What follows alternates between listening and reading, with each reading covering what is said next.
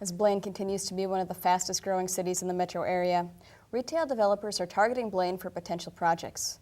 While most projects receive some amount of comment from the public, no project has ever received as many comments as the potential building of a Wal-Mart near Ball Road and Lexington Avenue. The project has not even been officially submitted to the city for review.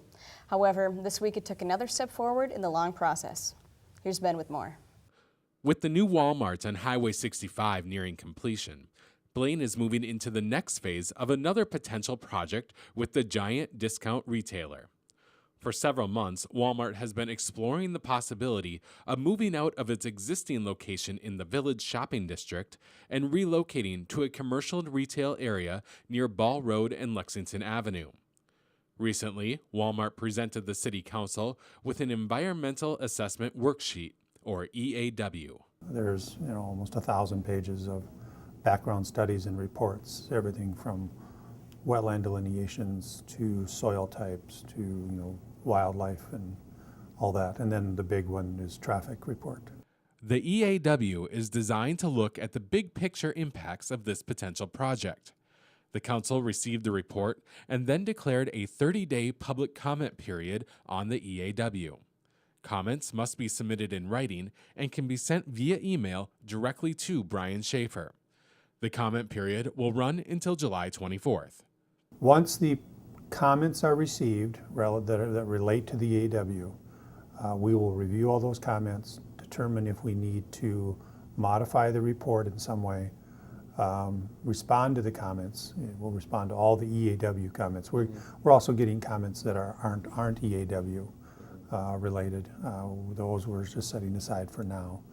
And then sometime in August, we will come back to the council and say, here's the EAW, here are the comments from all the agencies and the public that relate to the EAW, and then ask the council to make a determination as to whether or not additional study is needed or whether there's been enough and there's no significant finding.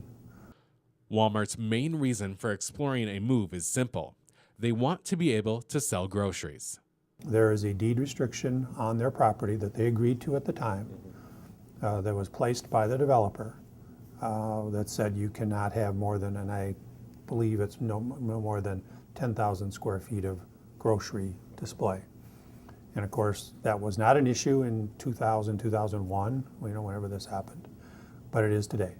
The neighborhood surrounding the new potential development has a number of vocal critics of the proposed plan. Much of the concern relates to the increase in traffic that the store would generate. The city shares those concerns and indicates that updates to Ball Road would be necessary for traffic flow and safety. The issues that people raise, like the condition of Ball Road and pedestrian movements, those are things that we want to deal with. That's why if you read the EAW, it talks about the whole reconstruction of Ball Road from Lexington Avenue back and around to handle the traffic. It was envisioned to be a 4-lane road at some point or something like that to handle basically Ball Road services a 100-acre commercial industrial area. This 30-some acres is one of those pieces. So really what we're seeing now is the fulfillment of the plans that this city's had and this city council's had since the 1970s, that Ball Road to be a significant roadway handling a significant industrial commercial area. With the intention of updating Ball Road always a part of the city's long-range vision, Brian commented on how if this project were to move forward, the city could get a new road at no cost to the taxpayers. The amount of money being spent on Ball Road to improve it, to handle that traffic, is significant. And other scenarios, that would be the city paying that cost. In this case, it is not.